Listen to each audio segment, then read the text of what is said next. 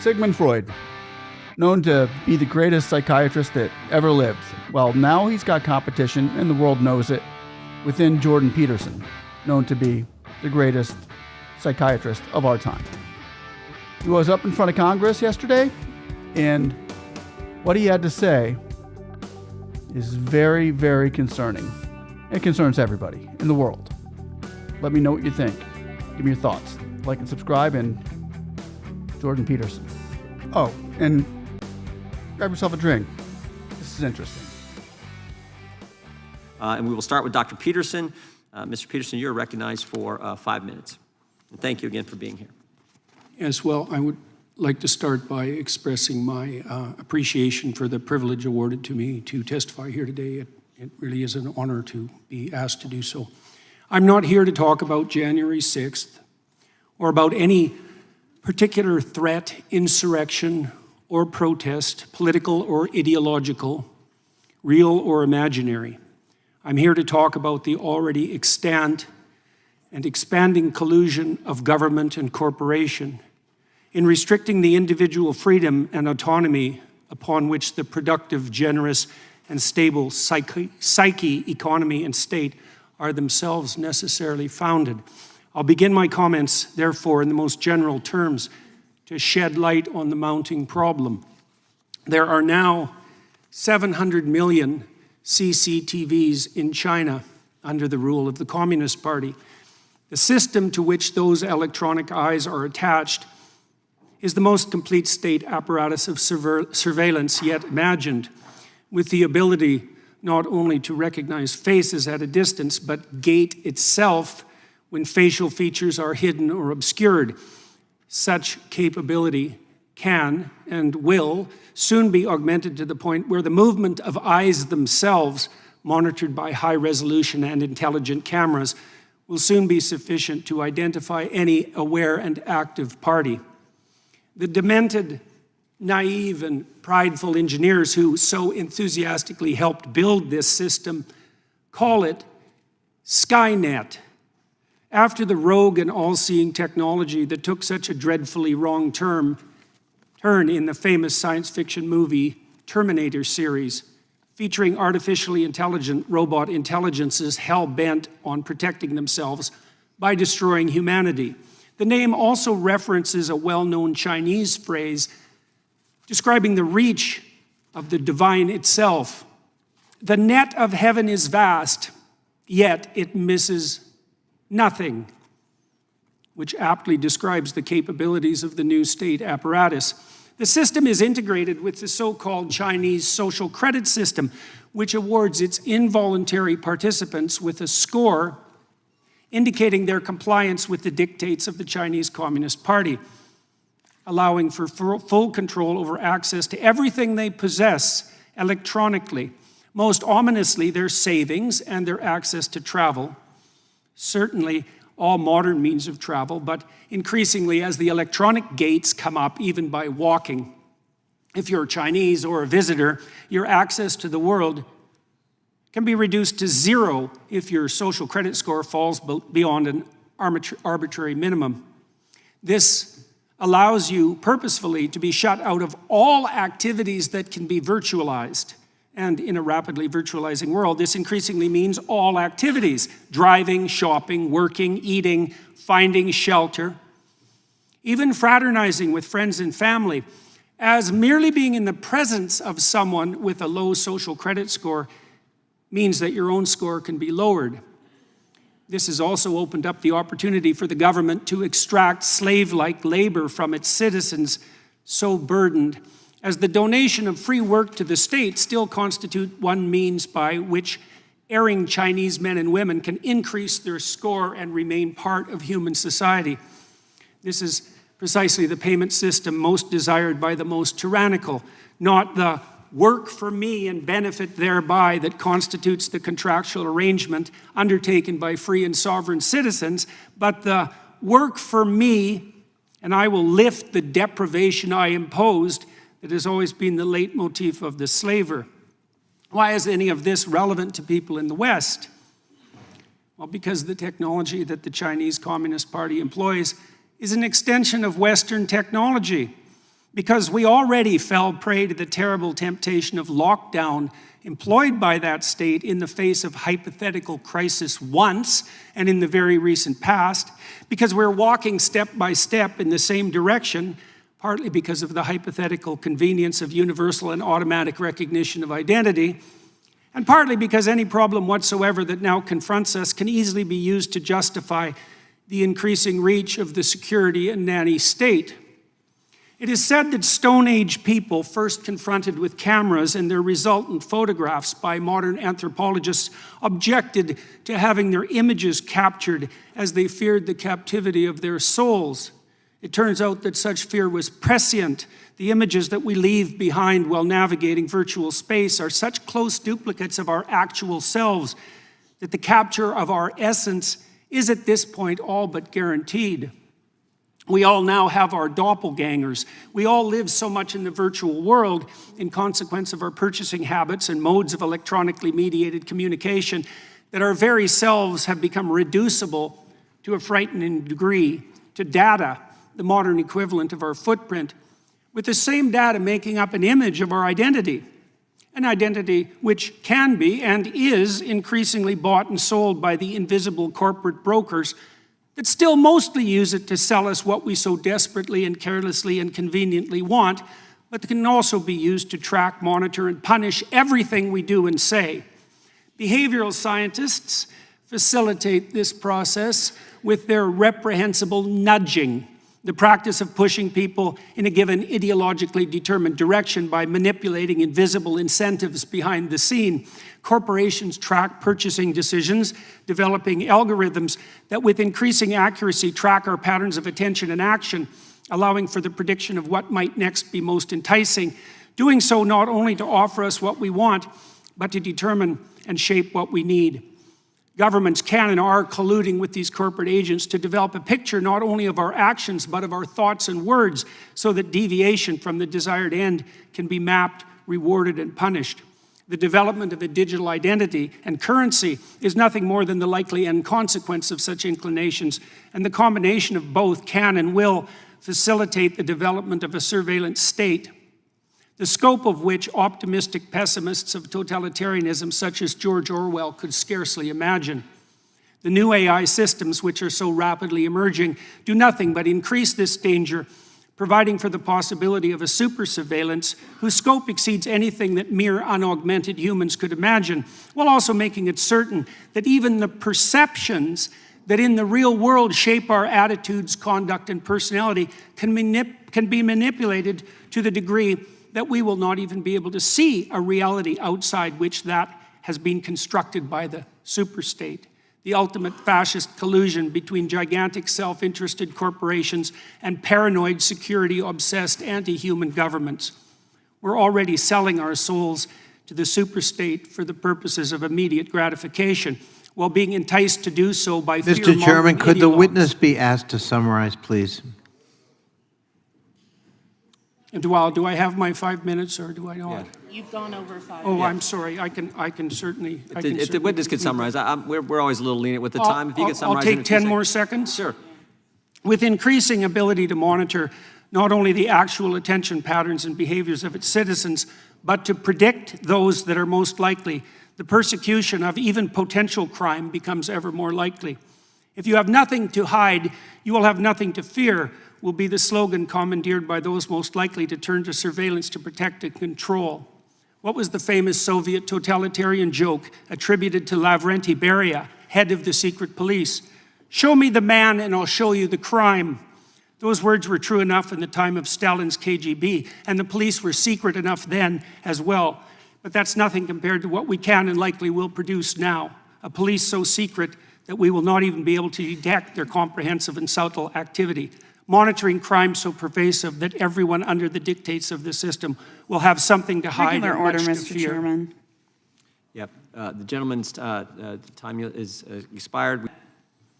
Well, the reason I prefaced my remarks with an insistence on nonpartisanship is because the danger posed by this increasing ability of governments and large corporations to collude threatens everyone's freedom equally.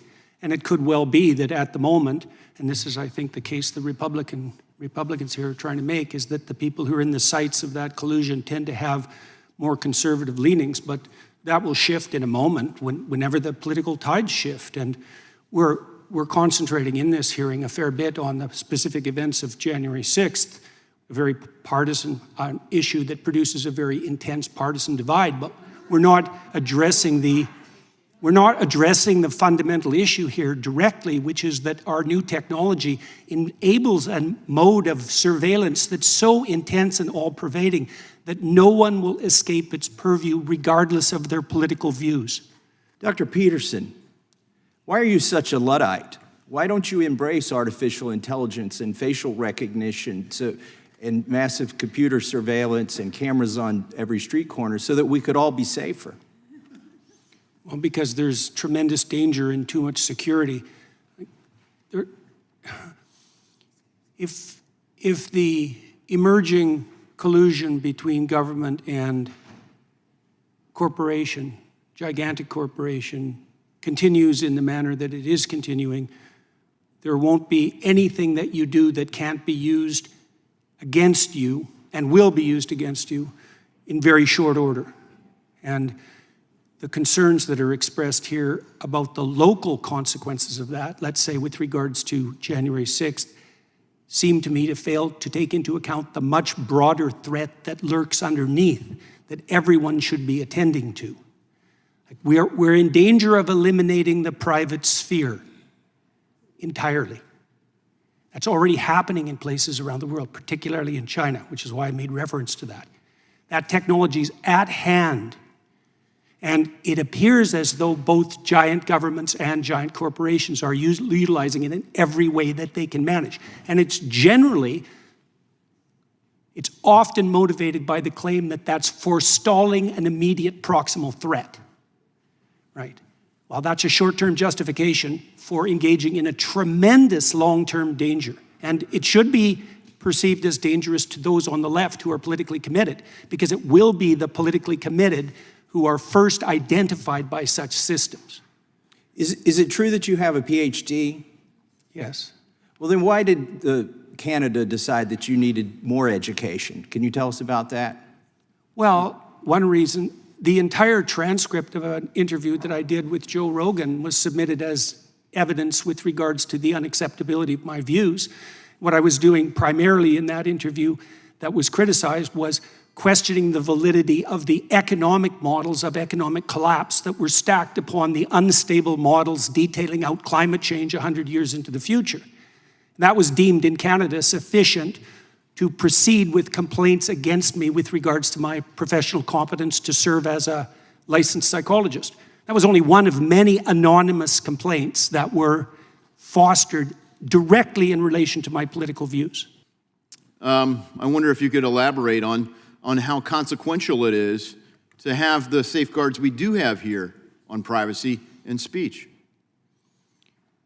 Well, I know that my colleagues on the psychological front and on the medical front in Canada are increasingly frightened of making any of their political opinions known in any form whatsoever, because governmental agencies, usually of the mid-level bureaucratic sort, have been empowered as a consequence of our lack of First Amendment rights to intervene as they see fit in relationship to stated opinion, political or otherwise.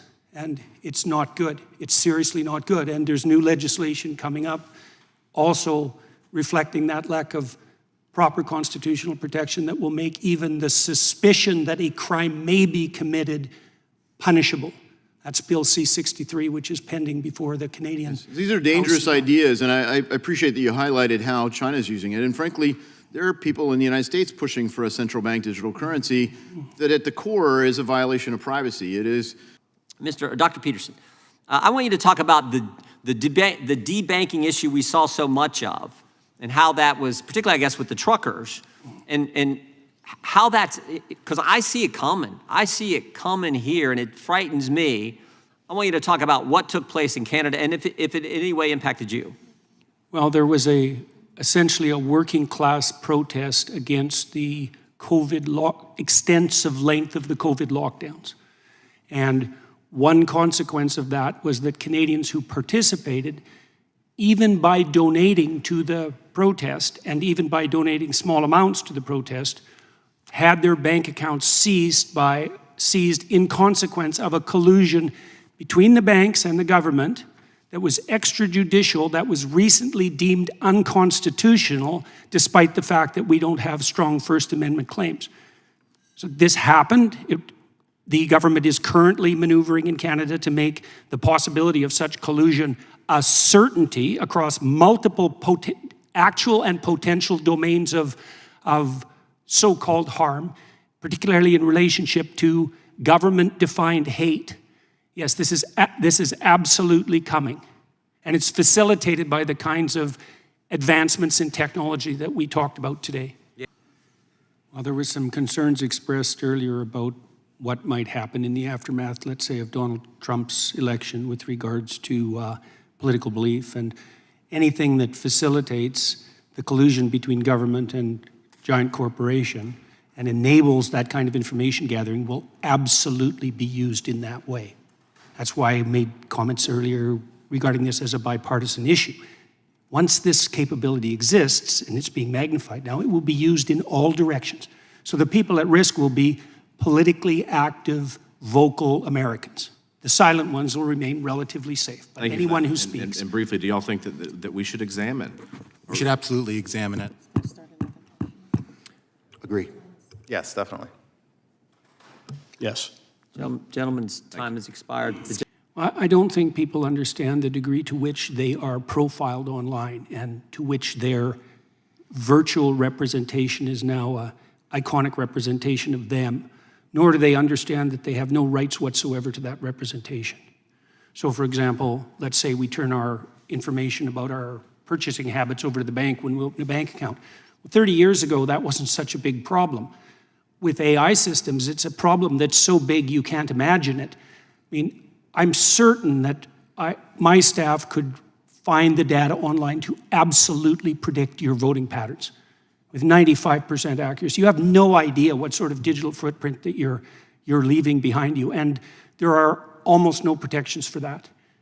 And so now, and you also asked about the First Amendment. Yes. Well, we have very weak free speech protections in Canada, and I can tell you that is not going well. And so the combination, in my country, the combination of that and the invasive technology that we're producing at a rate that beggars the imagination, produces a threat to the integrity of sovereign citizenship, the likes of which has not yet been experienced. Right? And that's what this committee should be concentrating on. Like, it's very interesting to watch it because it devolves continually into discussion of a particular event, serious though that event was. It's like, no matter how serious that event was, it pales in comparison to the potential severity of the issue that we're attempting to point to with regards to our testimony. These artificially intelligent systems can do things you can't imagine. And not only can they are and they will. And that will be abetted by the collusion between large corporations and government.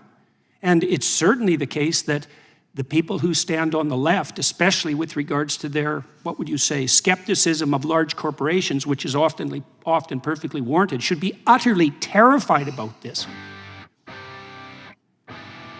Okay. Well, ladies and gentlemen, if you haven't heard him before, Jordan Peterson. Tell me what you think about this video. Tell me what you think about what he said. Is AI that dangerous?